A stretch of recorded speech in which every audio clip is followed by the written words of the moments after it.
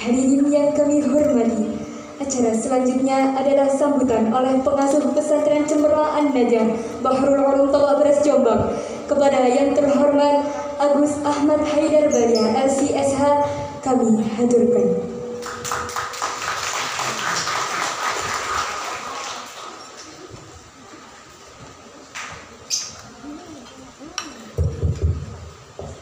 Assalamualaikum warahmatullahi wabarakatuh. Engkau hormati Bapak Profesor Dr. Kiai Haji Ahmad Zahra MA Al-Hafidh serta Ibunda Hajah Imatul Ummah SA MPDI, juga Eyang, Bule, para asatidz yang telah hadir di tempat ini. Alhamdulillah, segala puji bagi Allah yang telah melimpahkan rahmat-Nya agar kita dipertemukan di tempat ini. Saya sangat bersyukur acara ini bisa terselenggara dengan sangat baik, meskipun dengan sangat apa adanya sekali. Alhamdulillah. Di sini posisi kami, Kulo, Uma, dan juga para asatidz Abah juga di sini sejatinya hanya perantara atas keberhasilan para santri-santri yang diwisuda. Kami hanya perantara. Sejatinya kesuksesan mereka semua gara-gara doa dari orang tua. Itu yang paling utama. Selanjutnya pesan saya kepada para santri yang telah diwisuda Al-Quran, agar kalian semuanya bisa mengamalkan apa yang kalian dapat, agar kalian bisa mengamalkan apa yang kalian baca dari Al-Quran. Karena dalam sebuah hadis al-kamakal, Kanjeng Nabi Shallallahu Alaihi Wasallam pernah dawuh, Al-Qur'anu hujjatun laka aw 'alaika. Al-Quran kelak akan menjadi saksi yang membela kalian saat di akhirat, tapi di waktu yang sama juga akan jadi saksi yang akan menjerumuskan kalian semua saat di akhirat jika kalian tidak mengamalkan apa yang ada di dalamnya. Saat kalian membaca firman Allah, "Wassaynal insana biwalidayhi ihsana." Jangan lupa birrul walidain. Niatkan saat kalian baca Al-Quran sambil diangan-angan, "Wassaynal insana biwalidayhi ihsana."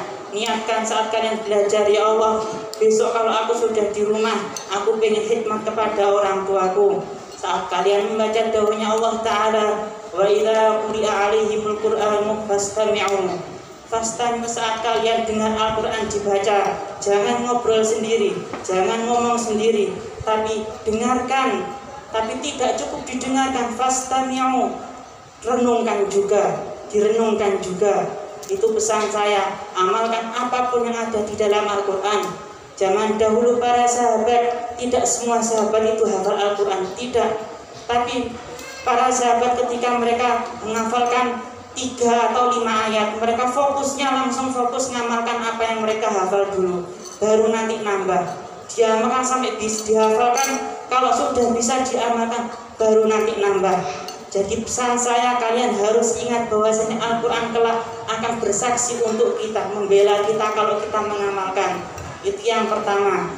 Selanjutnya pesan saya untuk seluruh santri juga, manfaatkan waktu kalian sebaik-baiknya. Manfaatkan waktu kalian untuk belajar, untuk membaca. Karena sejatinya waktu bagi orang Islam adalah segala-galanya. Al-waqtul hayah, waktu adalah kehidupan.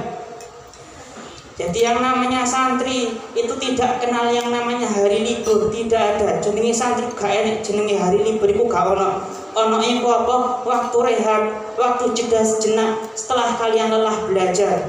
Kalian masih muda, kalian masih punya banyak waktu untuk mengembangkan diri kalian, banyak-banyak membaca. Jadi sekali kalian putuskan untuk menghafal Al-Quran, maka saat itu juga kalian memutuskan untuk hidup bersama Al-Quran. Otomatis 24 jam dalam hidup kalian harus habis untuk manfaat, harus habis untuk manfaat. Penghargaan terhadap waktu akan menjadikan kalian orang-orang yang sukses di masa mendatang. Penghargaan terhadap waktu itu adalah tradisi dari orang Islam. Tradisi waktu adalah segalanya. Masa muda kalian tidak akan bisa terulang lagi. Jadi ini kesempatan emas. Masa-masa fase kalian menentukan masa depan kalian. Itu ditentukan saat kalian masih di pondok, saat kalian masih dalam fase belajar. Kalau fase ini kalian sia-siakan, maka masa depan kalian pun juga akan kalian sia-siakan. Penghargaan waktu dicontohkan oleh ulama kita di masa lalu, bagaimana mereka meninggalkan banyak sekali karya walaupun umur mereka sangat singkat. Sebagaimana contoh Ibnu Syahir yang wafat pada tahun 395 Hijriah. Beliau selama hidupnya uripe itu gak sampai lebih dari 70 tahun, gak lebih dari 70 tahun. Tapi hanya satu orang, bagaimana dia menghargai waktu sampai dia meninggalkan total karyanya sampai 1000 judul buku. 1000 judul buku, selama hidupnya dia ngarang buku, totalnya sampai 1000 judul buku. Salah satu judul bukunya Tafsir Kabir terdiri dari 1000 jilid. Judul yang lainnya Musnad Al-Kabir juga sampai 1300 jilid. Begitupun kitab tarikhnya sampai 150 jilid. Ulama kita di masa lalu telah memberikan contoh bagaimana kita harus menghargai waktu sebaik-baiknya. Orang-orang di masa lalu saya masih ingat betul. Dulu Pak guru-guru saya ngasih contoh juga para santri di masa lalu. Hanya untuk sekedar ngantri di kamar mandi. Mereka mikir, iki coro waktu sing iso tak manfaatno pas ngantri kamar mandi ki sakjane apa? Ada yang mungkin nyempat nunggu hafalan.